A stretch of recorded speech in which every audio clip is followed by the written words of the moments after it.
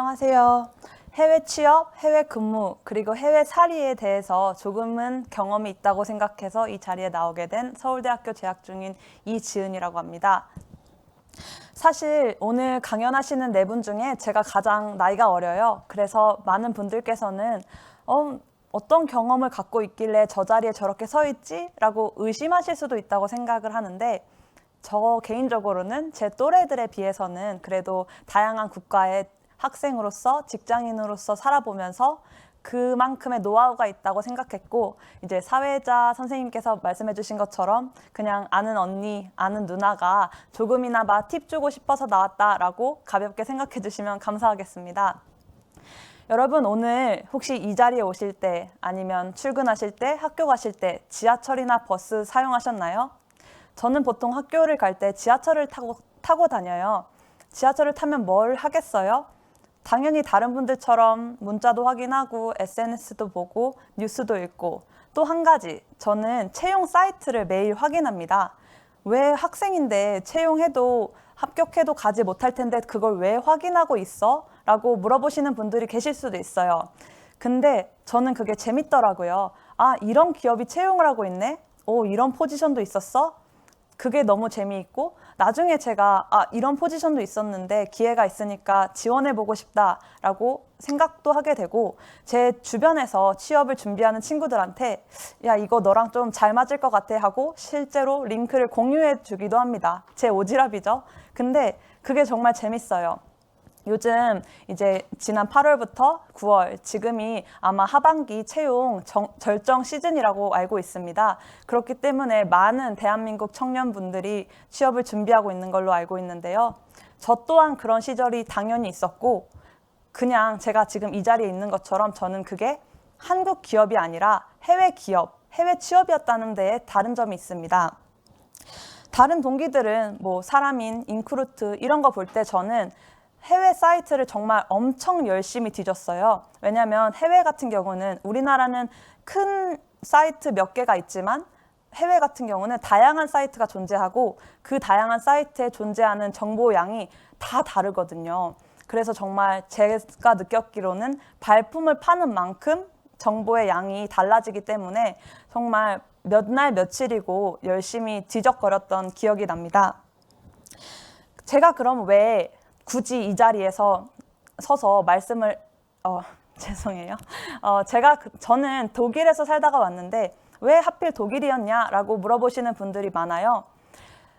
제가 대학교 3학년 여름방학 때 그냥 저는 학부 전공이 영어 영문학이었거든요. 그래서 제 전공 살려서 아르바이트라도 해보자 싶어서 국제 댄스 대회 통역 아르바이트에 지원을 하게 되었습니다.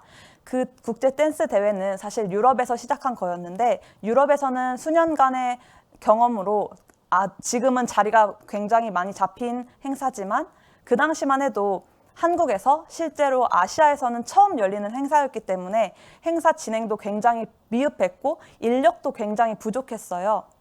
그래서 그 당시에 저랑 같이 통역 알바를 지원했었던 이제 언니 그리고 친구들 총 6명이서 함께 통역 알바는 물론이거니와 그 이제 행사 진행과 리에종 활동까지 하게 되었었습니다.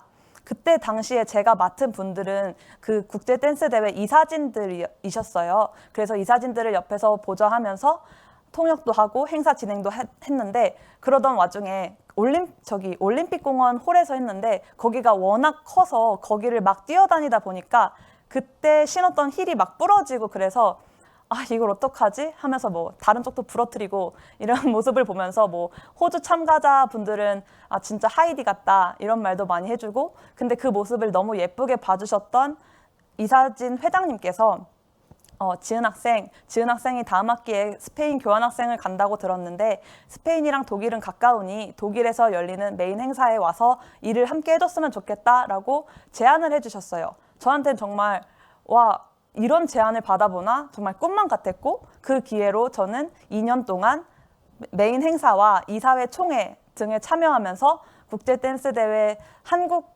임원으로 참여를 했었습니다. 그게 저의 사실은 어떻게 보면 해외 취업의 시작점이었던 것 같아요. 그때 지금 돌아보면 사실 아무것도 아닌 아르바이트였는데 그 아르바이트에 대한 도전이었던 그 시간이 저한테 독일 취업, 해외 취업의 문까지 갈 수 있는 다리를 연결해 주었다고 저는 생각합니다. 그래서 전 도전이라는 게 늘 크지는 않아도 된다고 생각해요. 그 도전이 실제로 작을 수도 있고 누가 보기에는 별거 아닌 걸 수도 있지만 결국에 그거를 도전하느냐 마느냐의 제 마음가짐의 차이가 가장 크다고 생각을 했습니다. 네, 다른 얘기로 잠깐 했는데 제가 조금 더 실질적인 팁을 드리고 싶어서 몇 가지 말씀을 드릴게요. 친구들이 물어봐요. 해외 취업, 채용 어디서 많이 정보를 얻을 수 있어? 저는 늘 똑같이 말해줍니다. 링크드인을 봐라. 저도 링크드인을 시작한 지가 이제 한 5, 6년 정도 된 것 같은데 저는 우선 링크드인에서 구직 공고를 확인합니다. 그러고 나서 그것만 믿으시면 절대 안 되고요. 그 해당 회사 공식 홈페이지에 가서 그 일자리가 실제로 아직 열려 있는지, 아직 채용 중인지, 그리고 이 채용 공고가 아직 있다면 얼마나 오래된 건지를 확인합니다.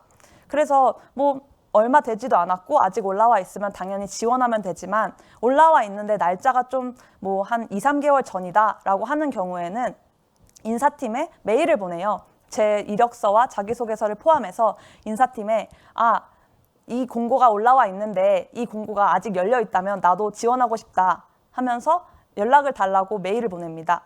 그러면 당연히 연락이 오시는 분들도 있고 연락을 안 주시는 분들도 계세요. 그렇지만 늘 해외 취업에서 꼭 하나 명심하셔야 될 것은 우리나라 기업들처럼 해외 기업들이 친절하진 않아요. 언제 1차 발표가 나고 언제 면접 발표가 나고 언제 최종 발표가 나는지 전혀 알려주지 않습니다. 그게 어떤 기업은 일주일이 걸릴 수도 있고 한 달이 걸릴 수도 있고 굉장히 다르거든요. 그래서 그냥 기다리시면 됩니다. 기다리시다 보면 어느 날 이메일을 확인했는데 기분 좋은 이메일이 와 있을 수도 있고 뭐 평생 안 올 수도 있어요. 저도 그런 경우가 있기 때문에 일단 해외 취업을 준비하시는 분들이라면 그런 기다림 정도는 너무 초조해하지 마시고 그냥 넣고 까먹고 계시면 돼요. 그러면 언젠가는 또 좋은 소식이 오더라고요.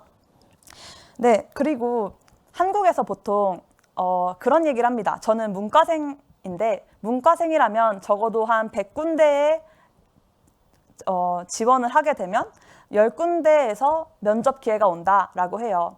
우리나라에서도 그런데 해외는 오죽하겠어요? 저는 진짜 거짓말 안 하고 한 200장에서 250장 정도의 원서를 지원했던 것 같고 그렇다고 저한테 20군데에서 면접 기회가 왔느냐? 아닙니다.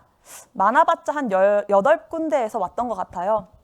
그러고 최종 합격은 한 3군데에서 했었는데 그 기다림과 그 치열한 싸움이 사실 한국보다 쉽냐라고 물어보신다면 정말 절대 결코 쉽지 않습니다. 그만큼 그거의 기다림을 조금은 알고 가시는 게 저는 굉장히 중요하다고 생각하고요. 또 하나 물어보는 게 있어요. 영문 이력서와 자기소개서, 흔히들 말하는 커버레터는 어떻게 작성하냐고들 많이 물어보십니다. 저는 사실 학부 시절 때 영문 이력서랑 영문 자기소개서를 작성하는 법을 수업으로 들었었어요.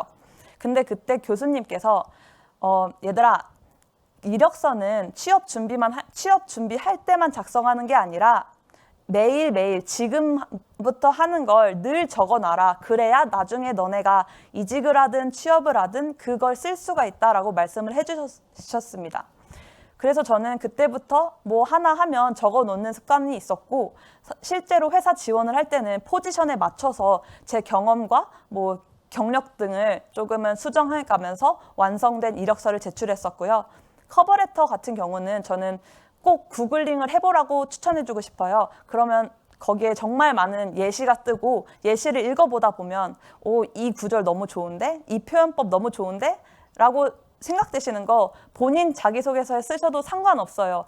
왜냐면 이게 무슨 뭐 논문도 아니고 그냥 이력서고 자기소개서일 뿐인데 그분들이 이거 표절이다라고 돌려보시진 않으니까요.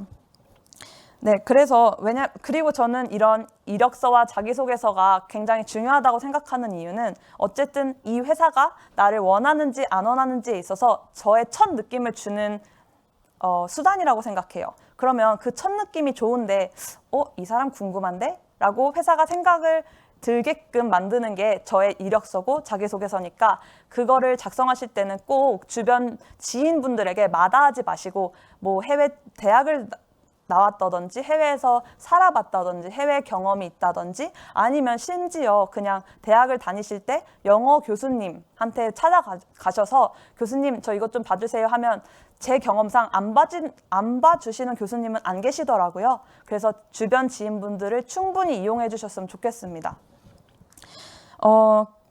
네, 저는 그렇게 해외 취업을 성공을 했어요. 성공을 했는데 모두가 원하는 그런 꿈만 같은 생활은 아니었습니다. 당연히. 먼저 독일어를 하나도 할 줄 몰라서 정말 너무 높은 언어 장벽에 부딪혔었고 소위 말하는 꼰대 상사, 정말 스트레스가 없는 날이 없었고요.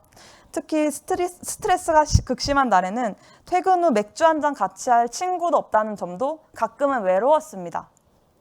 그렇지만 제가 선택한 생활이었기 때문에 그 속에서 혼자 누릴 수 있는 온전함과 고요함이 저는 좋았어요.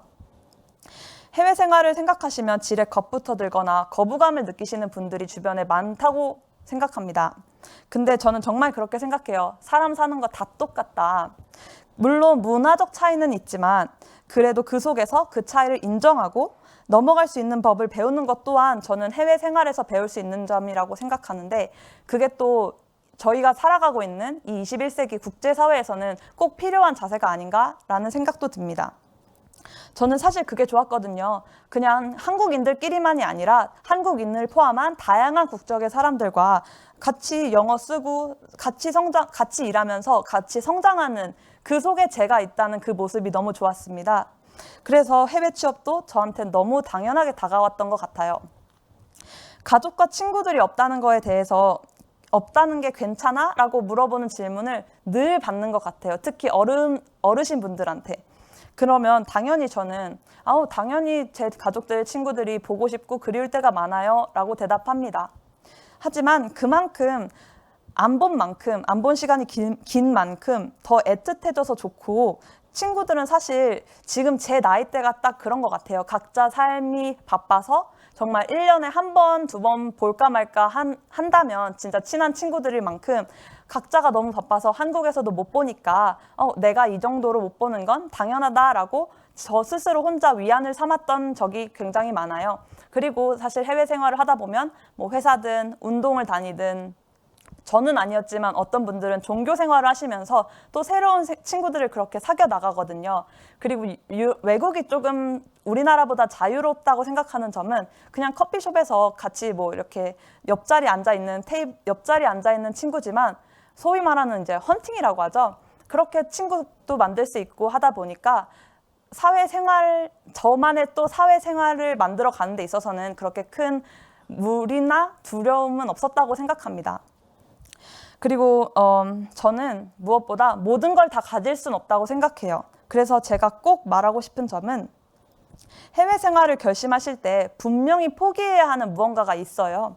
그것들을 과감하게 포기하실 수 있느냐, 없느냐가 제일 큰 관건이라고 생각합니다. 그럼 어려운 점도 많고 힘들 때도 많았는데 이제 다 그거 지나가고 해외 생활이 적응될 즈음에 저는 사실 한국에 귀국해서 지금 대학원을 다니고 있는데 왜 그랬어? 라고 물어보시는 분들이 많아요. 당연히 저한테는 정말 큰 결정이었고 대학원은 또 다른 도전이었습니다. 하지만 이것에 대해서 과감하게 결정을 내릴 수 있었던 이유는 제가 그리고 있는 제 미래 계획에 있어서 이 과정이 꼭 필요했기 때문입니다. 학부를 졸업하고 독일로 무작정 갔을 때보다 사실 저는 이번에 독일 생활을 모두 접고 한국에 오는 결정이 더 어렵고 힘들었어요. 왜일까요? 당연히 그때보다는 지금 더 잃을 게 많고 감당해야 할 기회비용이 더 커졌기 때문입니다. 하지만 그 기회비용들을 감당할 만큼 제가 가졌던 결심에 자신이 있었기 때문에 지금 이렇게 다시 학생의 신분으로 한국에서 공부를 하고 있을 수 있는 것 같습니다. 정말 많은 분들께서 한국 이외의 곳에서 일도 해보고 싶고 살아보고 싶다고 고민하고 계실 거라고 생각합니다. 그렇지만 무작정 뛰어들기에는 예를 들어 나이가 많을 수도 있고 책임져야 하는 가정이 있으실 수도 있고 어디서부터 어떻게 시작해야 되는 걸 모르시는 분들이 많다고 생각해요. 저라고 처음부터 쉬웠던 건 절대 아닙니다. 저도 맨 땅에 헤딩이었어요. 그렇지만 아까도 말씀드렸다시피 작은 도전 자체가 분명 제가 보지 못하는 큰 도전이나 큰 전환점을 가져올 거라고 생각을 하기 때문에 여러분들께서도 너무 큰 부분부터 생각하지 마시고 작은 것부터 시작을 한번 해보셨으면 좋겠습니다. 도전이 늘 거창해야 하는 것만 아니라고 말씀드리고 싶고요. 하지만 그 기회를 잡아서 잘 활용해서 이거를 정말 제 인생의 터닝 포인트로 만드는 건 오롯이 제 몫이라고 생각합니다. 해외 취업이나 이직을 고려하시는 분들께 마지막으로 말씀드리고 싶은 건 절대 해외여행 가신다고 생각 안 하셨으면 좋겠어요. 여행과 사는 것은 달라요. 어떤 정말 유명한 이제 숙박업체 카피라이트는 그거더라고요. 여행은 살아보는 것이다. 네, 맞아요. 여기 이 도시에서 이 나라 사람들은 무엇을 먹고 사는지, 어떤 매일매일의 풍경을 보고 다니는지, 어떤 식의 문화를 즐기는지 다 몸소 겪을 수 있습니다. 하지만 그냥 캐리어를 끌고 내 일상에서 벗어나서 내가 오롯이 정말 다른 거 고민 없이 나를 즐길 수 있는 것과 다른 곳에서 나의 일상을 꾸려간다는 건 전 정말 다르다고 생각합니다. 그래서 여행과 사는 해외 근무, 해외 살이는 꼭 구분을 해주셨으면 좋겠고요. 꼭 왜 내가 이 나라에서 이 일을 하고 싶은지에 대한 확신도 있으셨으면 좋겠습니다. 그리고 마지막으로는 아까도 강조드렸지만 포기해야 할 것을 정말 감당할 수 있는지에 대해서 한 번, 두 번, 10번, 그게 50번, 100번이어도 꼭 물어보고 마음의 확신을 가지셨으면 좋겠습니다.